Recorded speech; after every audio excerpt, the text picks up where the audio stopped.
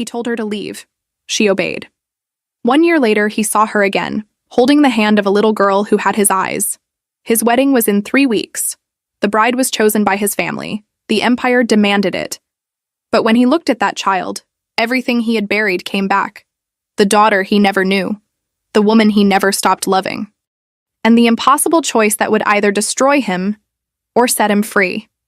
This is the story of a man who ruled the underworld, but couldn't rule his own heart.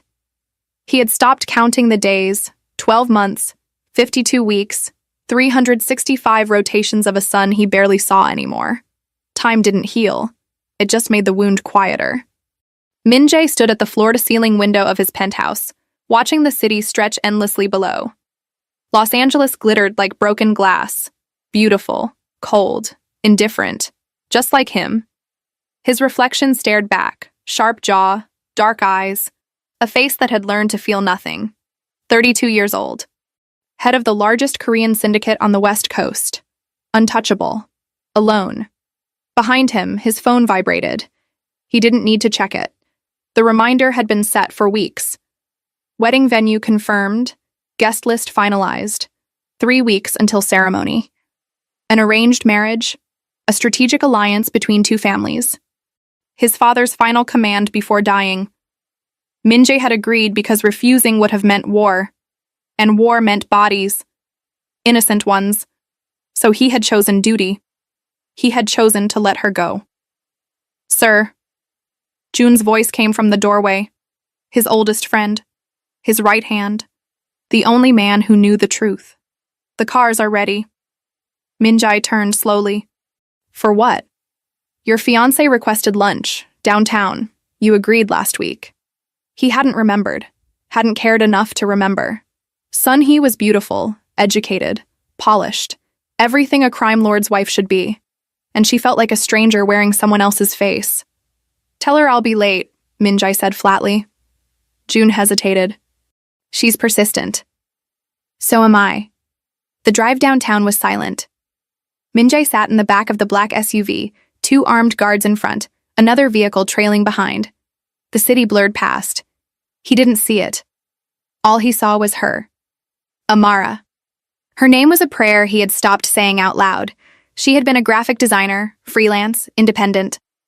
She'd walked into his legitimate front company one afternoon to pitch a branding proposal, and he'd known, instantly, that she was dangerous. Not because she carried a weapon, because she made him feel human. They had 6 months. 6 months of stolen nights and whispered promises, 6 months where he pretended he wasn't what he was, where she pretended she didn't know. And then his father died. And the empire demanded a sacrifice. He remembered the last time he saw her. Her apartment. Early morning light filtering through cheap curtains. Her standing in the doorway in one of his shirts, eyes full of hope. Stay, she had whispered. She had...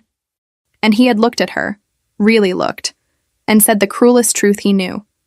Don't interfere. I'm marrying someone else. He had walked out. He hadn't let himself look back. The SUV stopped outside an upscale bistro. Jun opened the door. Min-jae stepped out into the California sun, his expression carved from stone. And then he saw her. Across the street, walking out of a small bookstore, holding the hand of a little girl. Time stopped. The city noise faded. The bodyguards became shadows. Everything narrowed to a single, impossible moment. Amara. She looked the same, different. Her hair was longer, her face a little softer. But her eyes, those deep, steady eyes that had once held his entire world, were focused on the child beside her. The little girl couldn't have been more than a year old, maybe 13 months. Dark curls, warm brown skin. And when she laughed at something Amara said, Min-jae's heart stopped. Because her eyes were his. Sir? Jun's voice was distant, concerned.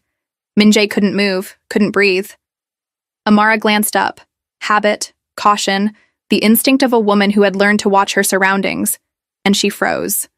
Their gazes locked across 4 lanes of traffic. 1 year, 52 weeks. And in that instant, it was nothing. She didn't smile, didn't wave, didn't cry. She just looked at him with an expression that said everything. You made your choice. I made mine. The little girl tugged her hand, impatient. Amara blinked. The mask fell back into place. She turned away, guiding the child down the sidewalk, and disappeared into the crowd. Min-jae stood frozen on the curb. Sir, June said quietly. Your fiancé is waiting inside. He didn't answer. All he could see was the little girl's face. All he could feel was the truth crashing through him like a bullet. She had his eyes. June made the excuses. Business emergency. Unavoidable. Sun-hee would understand.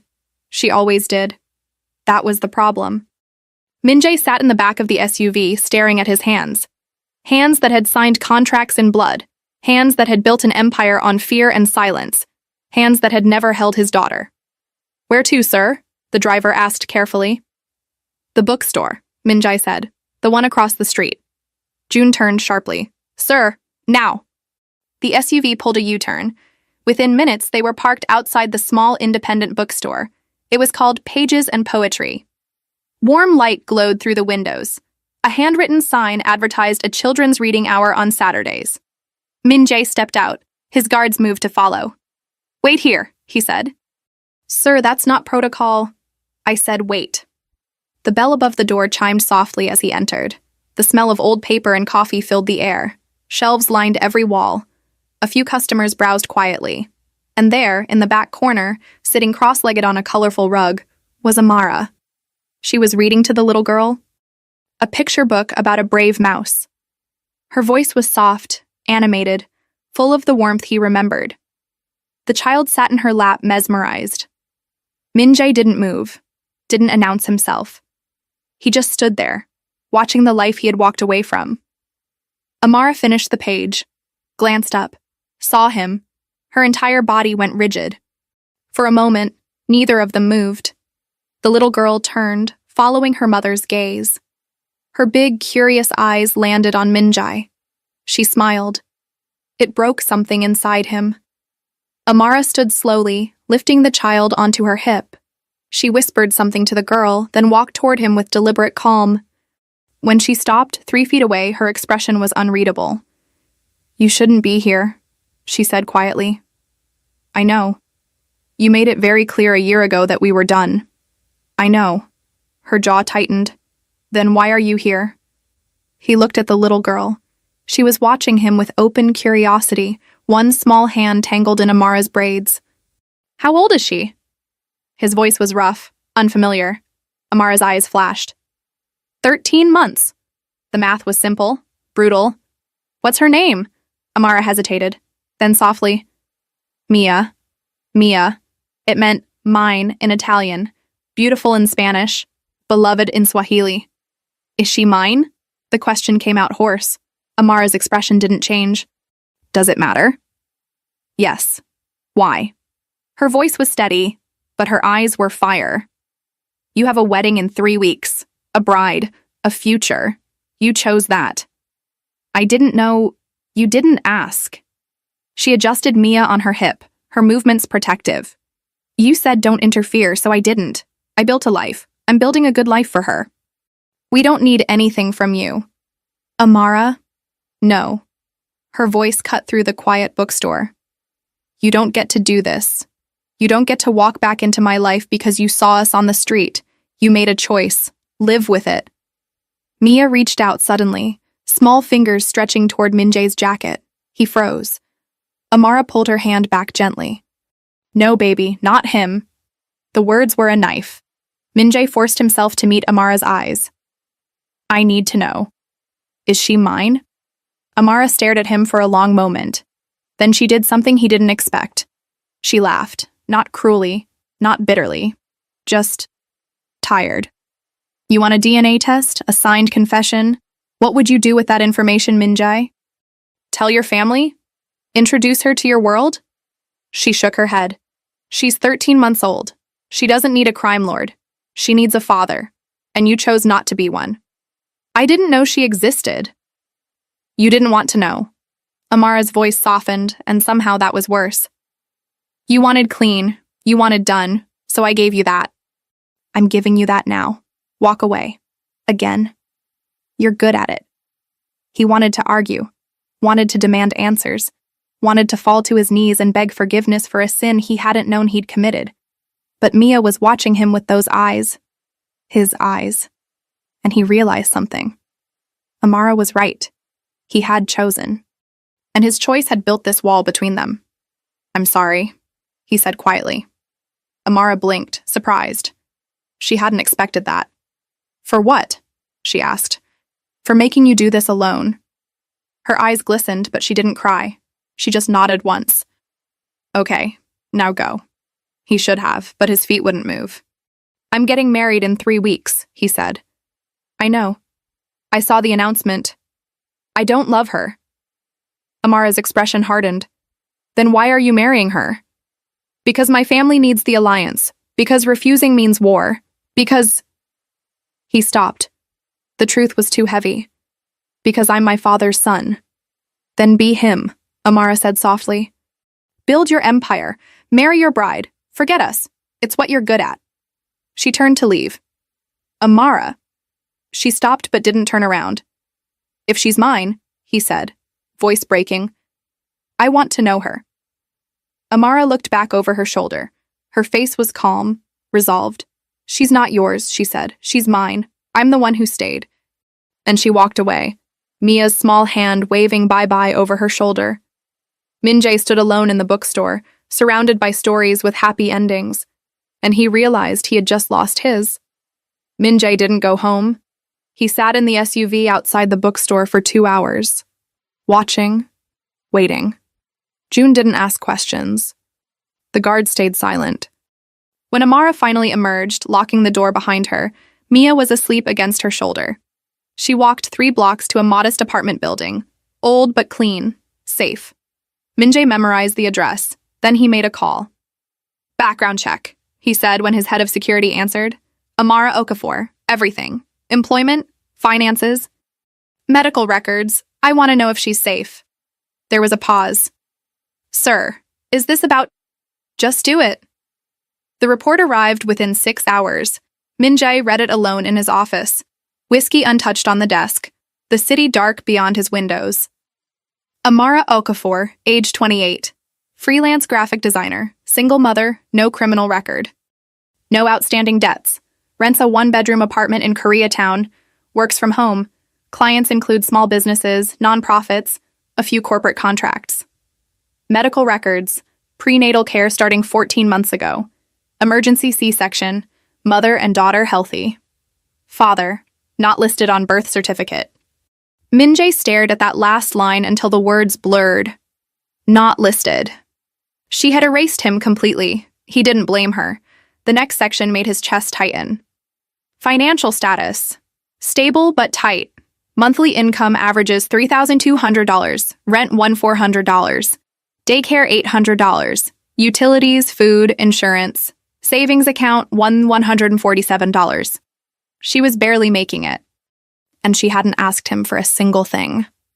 Min-jae closed the file, leaned back in his chair, stared at the ceiling. A year ago, he had chosen his family's empire over the woman he loved. Now she had built an empire of her own. Smaller, quieter, but real. And he was the outsider. His phone buzzed. A message from Sunhee. "You missed lunch." Again. Should I be concerned? He typed back. "Business emergency? I apologize." "You apologize often. I'm beginning to think I'm the emergency." He didn't reply. 3 weeks, 21 days until he stood at an altar and made vows he didn't feel. 3 weeks to figure out what he was going to do, because walking away wasn't an option anymore. Not when he had a daughter. The next morning, Min-jae sent June to the bookstore. "Deliver this," he said, handing over a sealed envelope. "Don't say it's from me.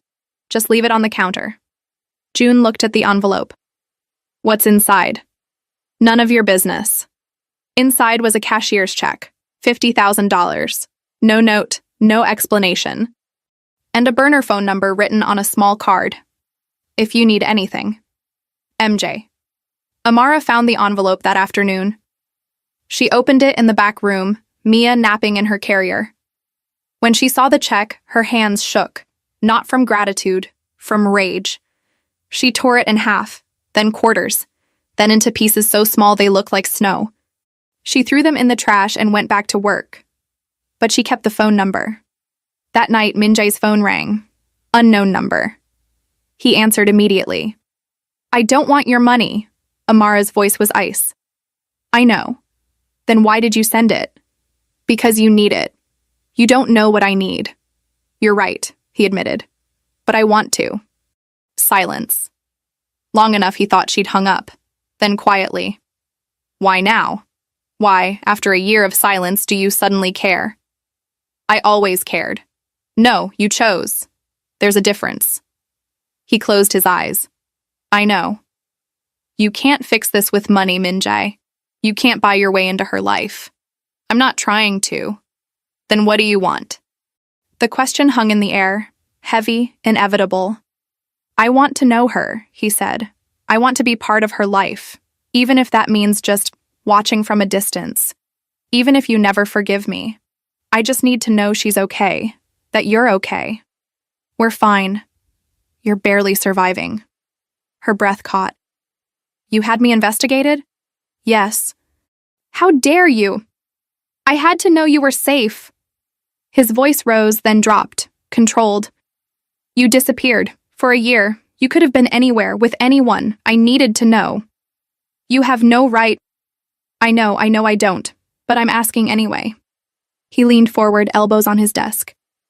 "Let me help, not as whatever I used to be. Just as someone who wants to make sure you have what you need. We don't need you." "I know." His voice broke. "But maybe I need you." The line went silent. When Amara spoke again, her voice was soft. Careful. "You're getting married in 3 weeks. I know. To someone else." "Yes." "Then what are you doing, Min-jae?" He didn't have an answer, because the truth was too dangerous. The truth was, he'd rather burn his empire to the ground than walk away from them again. "I don't know," he admitted. "I don't know what I'm doing. But I can't pretend I didn't see her. I can't pretend she doesn't exist." "She existed a year ago," Amara said quietly. "You just didn't know. If I had, would it have changed anything?" Her voice was hollow. "Would you have chosen differently? Would you have walked away from your family's demands?" He wanted to say yes. He couldn't lie to her. "I don't know," he whispered. Amara exhaled slowly. "That's what I thought." "Amara." "Good night, Min-jae." The line went dead. Min-jae sat in the dark, phone still pressed to his ear. And for the first time in a year, he let himself feel it. The grief, the regret, the unbearable weight of loving someone you had no right to love. He had built an empire on control, but he couldn't control this, and he had no idea how to let go. 2 weeks. 14 days until the wedding. Min-jae stopped sleeping. He spent his nights in the penthouse, staring at the photo June had taken. Amara and Mia leaving the bookstore. The little girl's face turned toward the camera, mid-laugh. He kept it in his desk drawer, locked, hidden, a secret that was destroying him. A brief pause. Before we begin, pay attention to this. Those who are already part of the channel's premium are watching content that doesn't appear here, getting videos before everyone else, and following the channel in a different way. Closer, more exclusive. If you watch often, if this content is already part of your routine, then this is for you. Joining is simple. Just click join here on YouTube. During the day, he attended wedding meetings, tasted cakes he couldn't taste, approved flower arrangements he didn't see. Sunhee smiled politely through it all, her eyes sharp and knowing. "You're distracted," she said over dinner one night. They sat in a private room at an upscale Korean restaurant. Bodyguards outside, candlelight between them. "Business," Min-jae said automatically. "Is her name Business?" He looked up sharply. Sunhee's expression was calm, almost kind. "I'm not stupid, Min-jae. You disappear for hours. You don't return calls. You look at me like I'm a stranger." She folded her hands. "There's someone else." He could have lied, should have, but he was tired of lying. "Yes," he said quietly.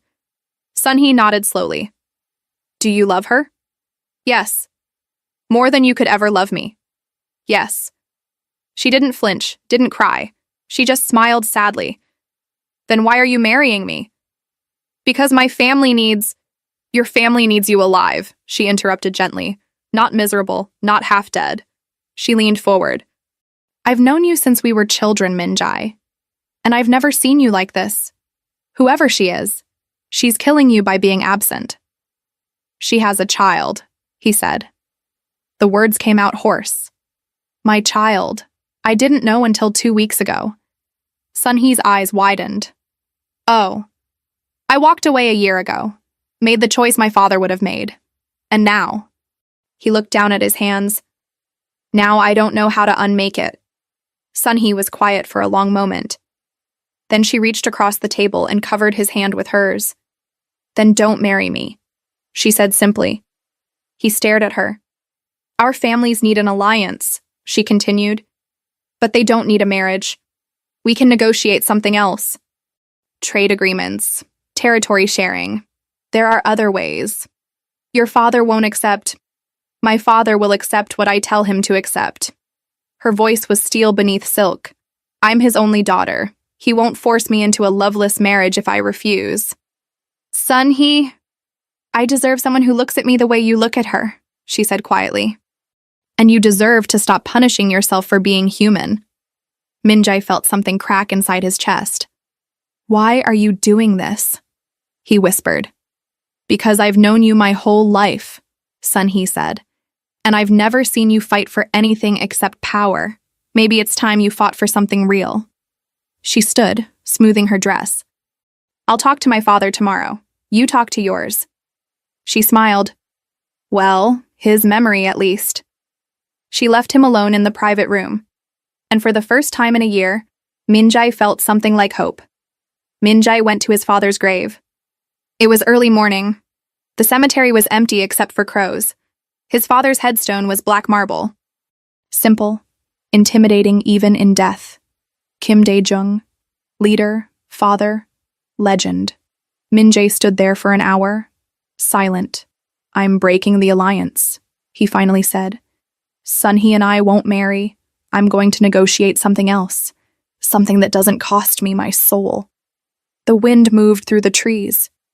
You'd call me weak, Minjai continued. You'd say I'm choosing a woman over the family, over the empire. He paused. And you'd be right.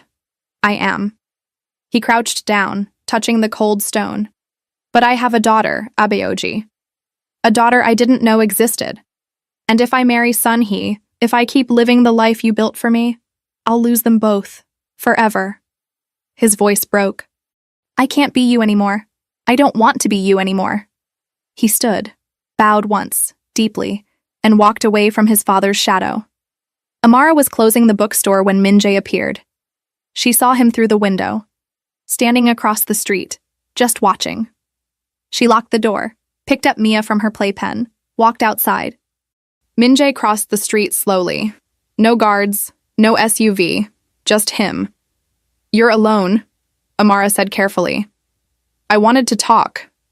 Really talk, not through bodyguards and bulletproof glass.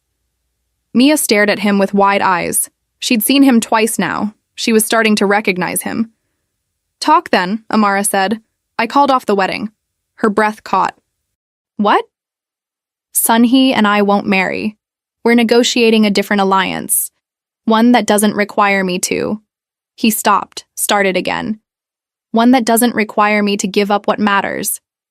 Amara's eyes searched his face. Minjai, you can't just... I know what I'm risking, he interrupted. I know this could cost me everything. My position. My family's respect. Maybe even my life if the wrong people decide I'm weak. He took a step closer. But I'm risking it anyway. Why? Because she's mine. He looked at Mia. Because you're mine. And I walked away once. I won't do it again. Amara's eyes filled with tears. She blinked them back furiously. You don't know what you're saying. I know exactly what I'm saying. We're not a fantasy, Minjai. We're real, messy, complicated. Mia wakes up 3 times a night. I work 70 hours a week just to keep us fed. We don't fit into your world. Then I'll leave my world. You can't. Watch me. Mia reached out suddenly, grabbing Min-jae's finger. He froze, looked down. She smiled at him, trusting, innocent. And he broke. I'm sorry, he whispered. I'm so sorry I wasn't there, that I didn't know, that I walked away. He looked at Amara. I can't undo that, but I can be here now, if you let me. Amara stared at him, torn, terrified, hopeful. You'll hurt us again, she said softly. Maybe. You'll choose your empire over us when it gets hard. Never. How do I know that? You don't. His voice was raw, honest. You just have to trust me, and I know I haven't earned that, but I'm asking for the chance to try. Silence stretched between them. Mia tugged his finger. Dada? Min-jae's entire world stopped. Amara's eyes widened. She's just babbling. She doesn't… Dada, Mia said again, more insistent. Min-jae looked at Amara. Can I hold her? Amara hesitated. Then slowly, she shifted Mia toward him. The moment Mia settled into his arms, something inside Min-jae healed.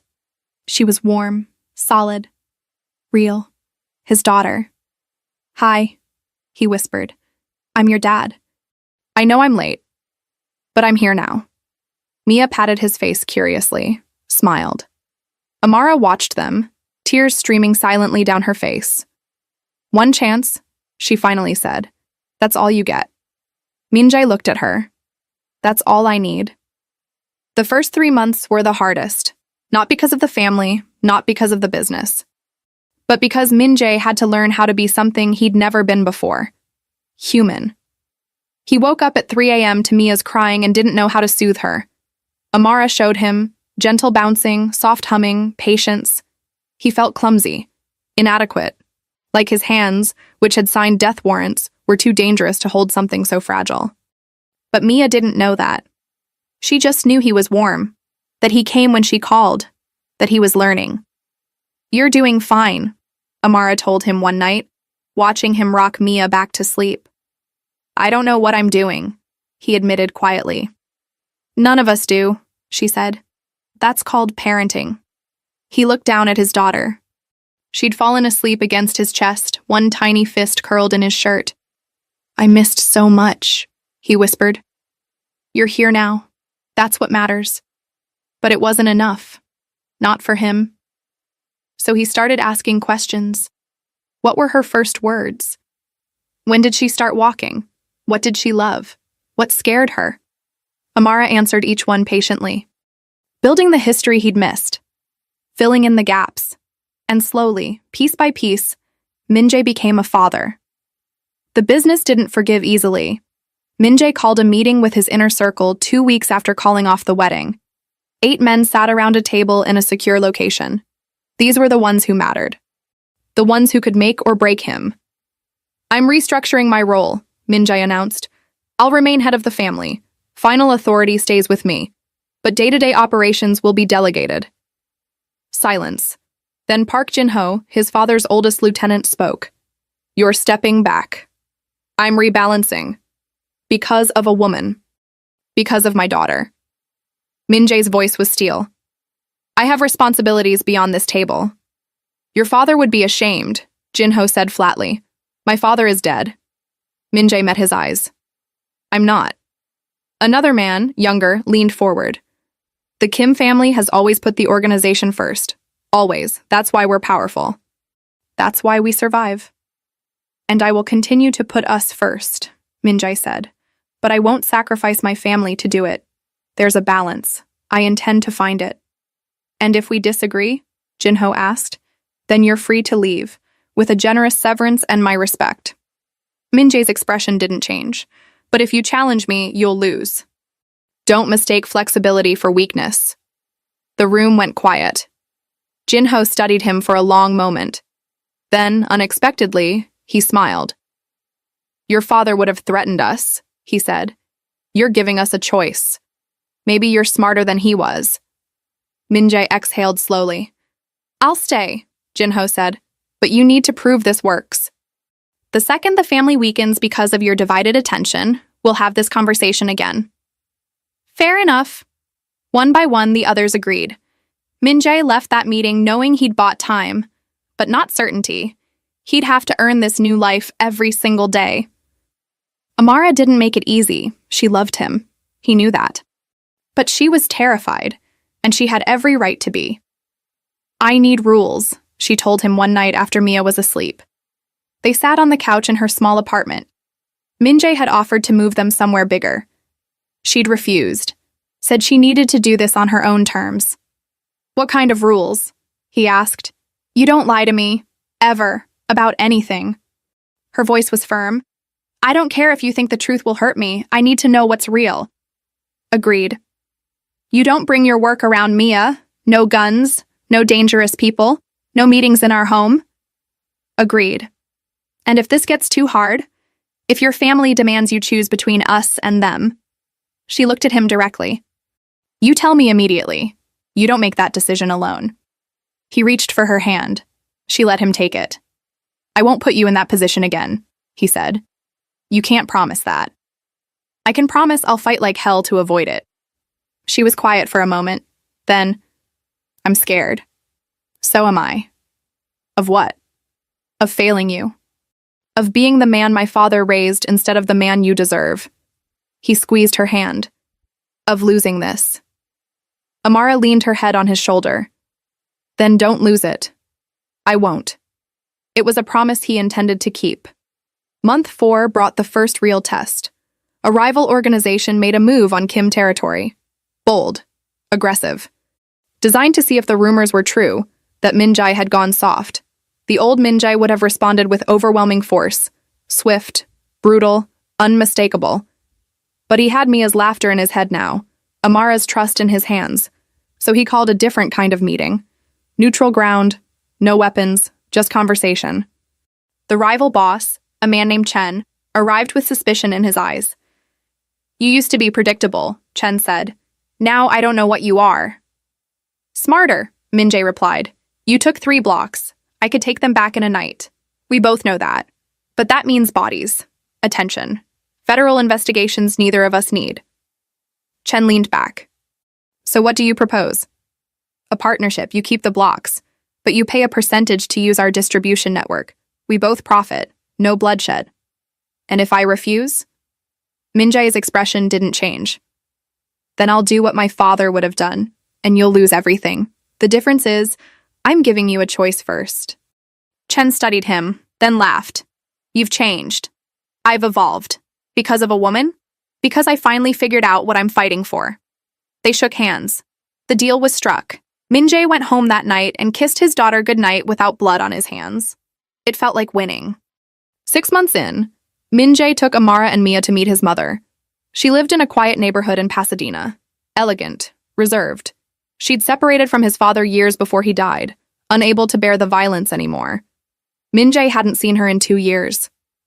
He knocked on her door with Mia on his hip, Amara beside him. When his mother opened the door and saw them, her hand went to her mouth. Min-jae, she whispered. Yama, I'd like you to meet someone. Mia stared at her grandmother with wide eyes. Min-jae's mother started crying immediately. She has your father's eyes, she said softly. But your smile. Her name is Mia. Mia, his mother repeated, reaching out tentatively. Mia let her touch her hand. And you must be Amara. Amara nodded, nervous. It's an honor to meet you, Mrs. Kim. Please, call me Haewon. She stepped back, wiping her eyes.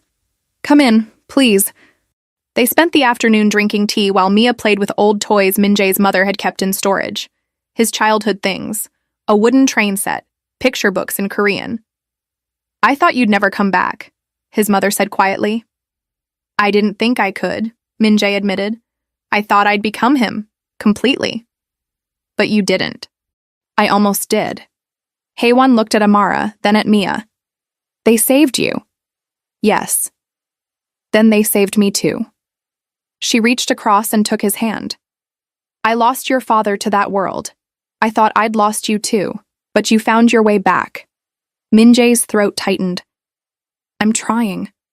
That's all any of us can do. When they left that evening, Mia waved bye-bye to her grandmother.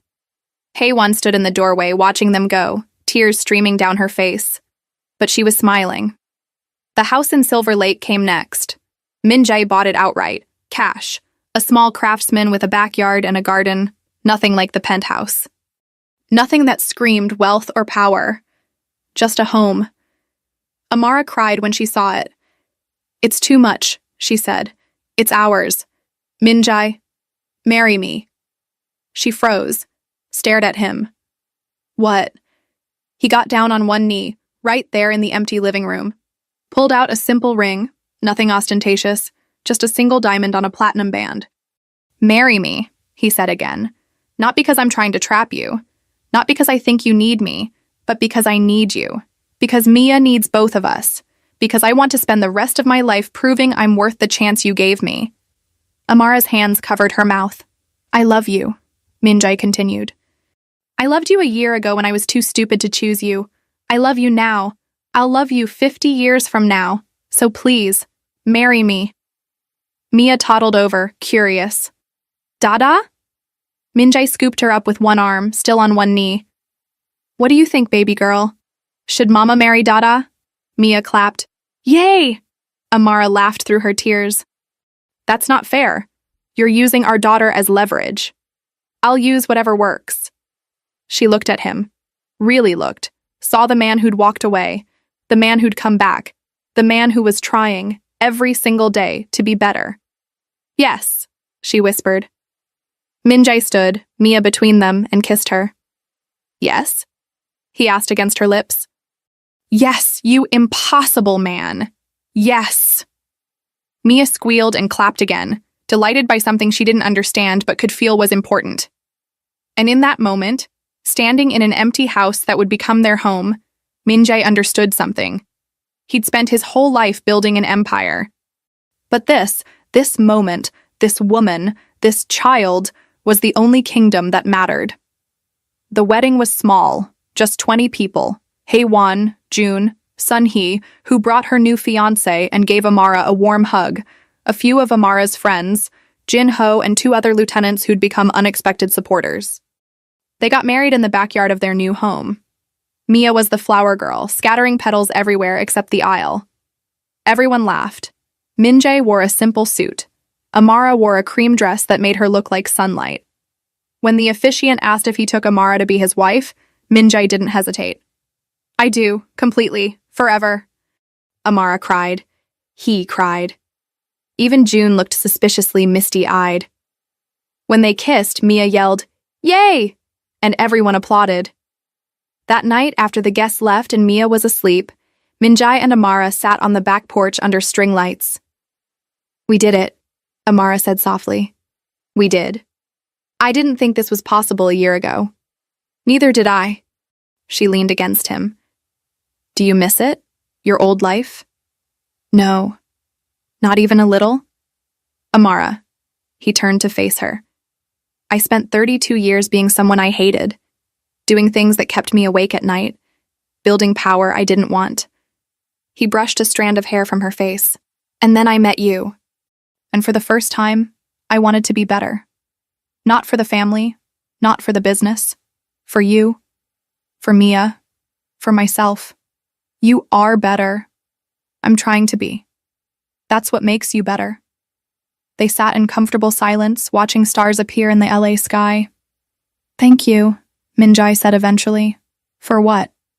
"For not giving up on me. Even when I gave up on us." Amara kissed him softly.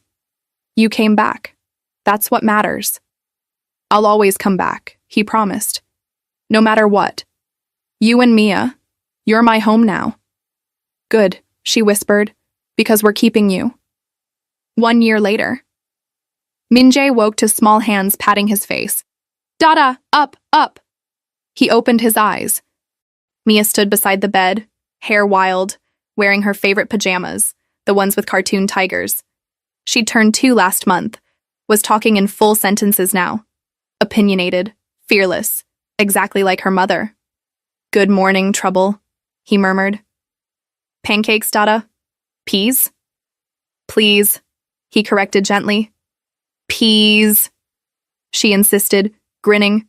He laughed. Okay, pancakes. Amara stirred beside him, still half asleep. What time is it? 6 a.m. Too early, she groaned. Mama, pancakes! Mia climbed onto the bed. Mia, sweetheart, Mama needs sleep. No sleep! Pancakes! Minjae scooped her up. Come on, baby girl, let Mama rest, we'll make breakfast together.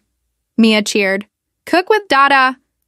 In the kitchen, Minjae set her on the counter and let her help by stirring the batter. She got flour everywhere. He didn't care. Dada? She said after a moment. Yes, baby? Love you. His heart stopped. She'd said it before, but it hit him new every time. I love you too, Mia. So much. This much? She spread her arms as wide as they'd go. More, he said, spreading his arms wider. This much? She giggled. So big. The biggest. Amara appeared in the doorway, wrapped in his old shirt. Room for one more? Always. She joined them, and together they made the messiest, most perfect pancakes in the world. After breakfast, Minjae took Mia to the park while Amara worked on a client project. He pushed her on the swings, helped her down the slide, chased her around the playground. Other fathers were there. Some knew who he was. Most didn't care. Here he was just another dad, worried about scraped knees and snack time. And it was the most powerful he'd ever felt. That afternoon, June called. The Henderson deal closed. Profit margins are up 18%. Jinho says the new distribution model is working better than expected. Good, Minjae said, watching Mia build a tower with blocks. Also, the Chen partnership is paying off. No conflicts in 6 months. Everyone's making money. Even better. You were right, June admitted, about the restructuring, about finding balance. It's working. Minjae smiled. Thanks for trusting me. Always. June paused. How's fatherhood? Exhausting. Terrifying. The best thing I've ever done. You sound happy. I am. After hanging up, Minjae sat on the floor with Mia. She handed him a block. Build, Dada. What are we building? Castle. A castle for a princess? No, castle for Mia. He laughed. Of course, a castle for Mia. They built together, her small hands knocking down towers he carefully constructed. She thought it was hilarious. And he realized something. This was his empire now, not territory or power or fear. These moments, this love. That evening, the family sat on the back porch, Mia in Minjae's lap, Amara beside them, watching the sunset paint the sky gold and pink. Tell me a story, Dada, Mia requested. What kind of story? Princess story. Amara smiled. This should be interesting. Minjae thought for a moment, then began.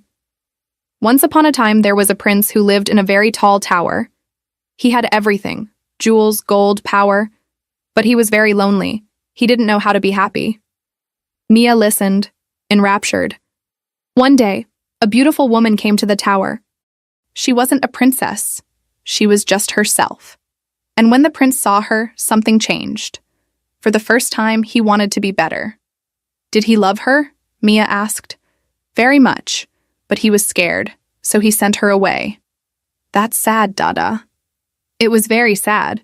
The prince thought he'd done the right thing, but he was wrong. What happened? The woman had a baby, the most beautiful little girl in the world. Mia smiled. Like me? Exactly like you, Minjae said, kissing her head. And when the prince saw them again, he realized he'd made a mistake. So he did something brave. What? He left his tower, he gave up his gold, and he went to them and said, I'm sorry. I was wrong. Can I be part of your life? Did they say yes?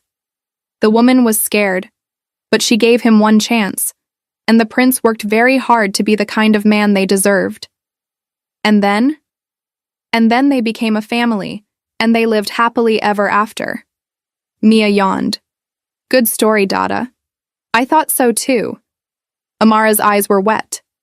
She mouthed, I love you. He mouthed it back. As the sun disappeared and stars began to emerge, Min-jae held his daughter close and felt his wife's hand in his. He thought about the man he'd been, the violence he'd inherited, the empire built on fear. And then he looked at what he'd built here, a home, a family, a love that felt like redemption. His father had taught him that power was everything, but his daughter taught him something better. That love was the only power that lasted, that choosing connection over control was the bravest thing a man could do, that walking away from darkness toward light wasn't weakness, it was strength. Mia fell asleep in his arms, peaceful and trusting. And Min-jae made a silent promise. He would spend the rest of his life being worthy of this. Of them. He would be the father his daughter deserved, the husband his wife chose, the man he'd always wanted to be. Not perfect, but present. Not powerful, but loving. Not his father, just himself. And that, he finally understood, was enough. The empire he'd spent his life building had crumbled, but from its ruins he'd found something infinitely more valuable. A home, a family, a second chance. And as the night settled around them, stars bright above, Min-jae closed his eyes and breathed in this moment. This perfect, impossible, beautiful moment. He had been a prince in a tower. Now he was a father in a garden, and he had never been happier. This was his empire now, and it was everything.